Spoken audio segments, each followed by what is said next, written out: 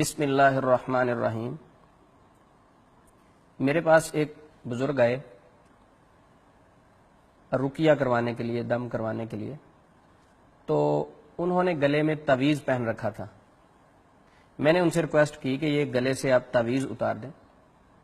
انہوں نے تعویذ اتارنے سے انکار کر دیا۔ میں نے ان سے پھر کہا، انہوں نے ایک جملہ کہا کہ قاری صاحب یہ گلے میں جو تعویذ پہننا ہوا ہے اس میں بھی تو قرآن لکھا ہے۔ میں نے ان کو کہا ٹھیک ہے، ہم اس تعویذ کو اتارتے ہیں اور اس میں کھول کے دیکھتے ہیں کیا ہے۔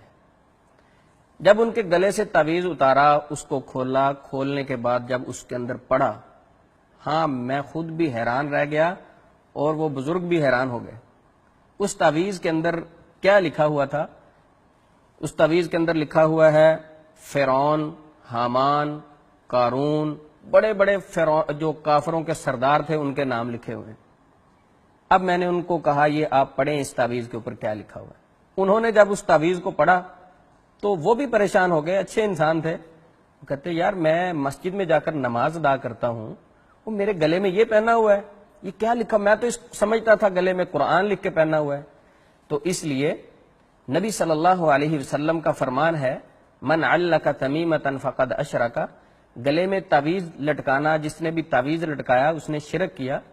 تو نبی صلی اللہ علیہ وسلم کے ہر حکم میں بہت زیادہ حکمتیں موجود ہوتی ہیں۔ یہ معاملے کے بعد میں نے تعویذوں پر ریسرچ شروع کر دی کہ اس کی حقیقت کیا ہے، جادوگر تعویذ میں لکھتے کیا ہیں، کیوں لکھتے ہیں۔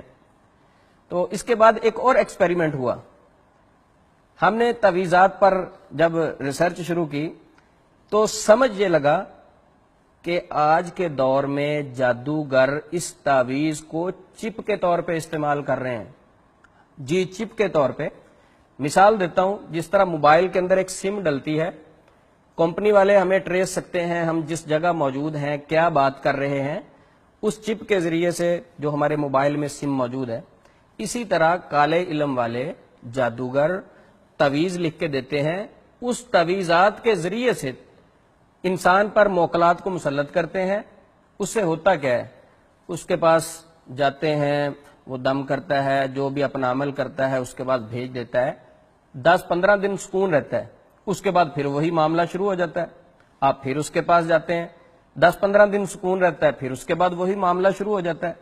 وہ کرتا کیا ہے، جو آپ کے گلے میں کالے علم والا تعویذ اس نے پہنایا ہے، اس تعویذ کے ذریعے سے آپ پر موکلات کو مسلط کرتا ہے، آپ کے پیچھے جنات کو بھیجتا ہے کچھ دنوں کے بعد۔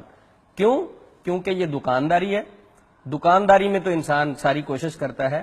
تو آئیے تعویذات پہنتے ہوئے یہ بات ذہن میں رکھیں کہ اس تعویذ کے اندر لکھا کیا ہے۔ ہم تو مسلمان یہ سمجھتا ہے کہ میں نے قرآن پاک کا تعویذ پہنا ہے، قرآن پاک کی آیت لکھی ہے، اس سے برکت ہوگی۔ ہمیں ساتھ یہ بھی خیال رکھنا چاہیے کہ انسان پر کئی حالتیں ایسی ہوتی ہیں کہ جب اس نے قرآن کو نہیں چھونا، تو اگر گلے کے اندر تعویذ پہنا اس میں قرآن بھی لکھا ہوا ہے تو پھر بھی اس چیز کو ہمیں مد نظر رکھنا چاہیے کہ وہ کچھ حالتیں انسان کی ایسی ہوتی ہیں کہ اس وقت قرآن کو ہاتھ نہیں لگانا چاہیے۔ اگر ہم گلے میں قرآن پورا پہن لیں، پورے قرآن کا تعویذ بنا لیں، اور ایک ایسا شخص ہے جس کے گلے میں قرآن پاک کا تعویذ نہیں ہے، وہ نماز پڑھتا ہے، وہ قرآن پڑھتا ہے، وہ اذکار کی پابندی کرتا ہے، اور ایک ایسا شخص ہے جس نے گلے میں تعویذ قرآن پاک کا لٹکایا، وہ نماز نہیں پڑھتا، وہ اللہ کے بتائے ہوئے احکامات کی پابندی نہیں کرتا، صبح شام کے اذکار کی پابندی نہیں کرتا، ان دونوں میں اچھا کون ہے؟ تو میں یہی کہوں گا کہ یہ قرآن پاک ہے یا اذکار ہے، ہمیں اس کی پابندی کرنی چاہیے۔ قرآن پاک عمل کے لیے، پڑھنے کے لیے اترا ہے۔ جس طرح شہد ہے، شہد کھانے سے شفا ملے گی، جس طرح آب زمزم ہے پینے سے شفا ملے گی، اسی طرح قرآن پاک پڑھنے سے، عمل کرنے سے شفا ملے گی۔ تو قرآن پاک بڑی برکتوں والی کتاب ہے۔ ایک چھوٹا سا واقعہ سناتا ہوں۔ میرے دوست تھے، ان کے پاس ایک عورت آئی، اس نے کہا یہ تعویذ ہے، اس کو چاندی کی کسی چیز میں بند کر دیں۔ اب وہ دے کے جانے لگی، اس نے پھر واپس آ کر کہا کہ اس تعویذ کے اوپر ذرا شاپر وغیرہ لپیٹ لینا۔ اس نے کہا وہ کیوں؟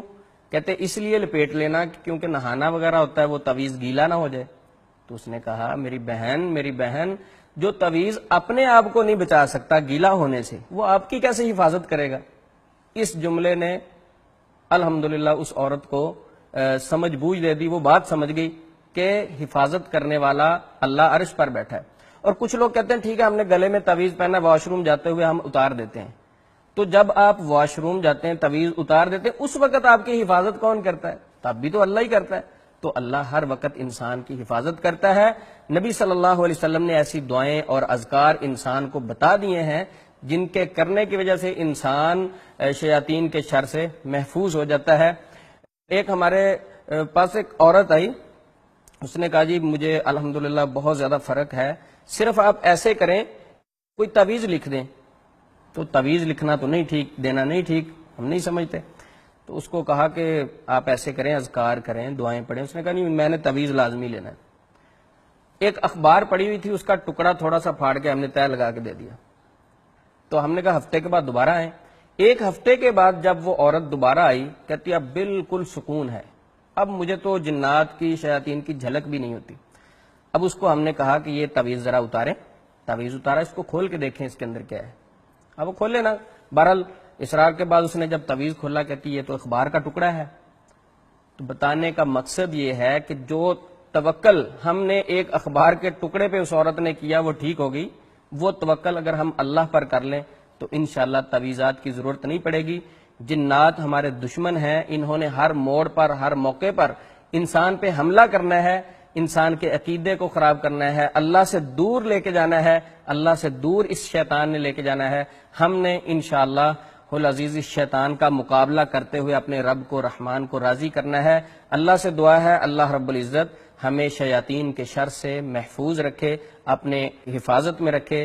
اللہ رب العزت سے دعا ہے اللہ رب العزت جب تک ہمیں زندہ رکھے، اسلام پہ رکھے، جب موت آئے تب بھی عقیدہ توحید پہ آئے۔ السلام علیکم ورحمۃ اللہ وبرکاتہ۔ پیغام ٹی وی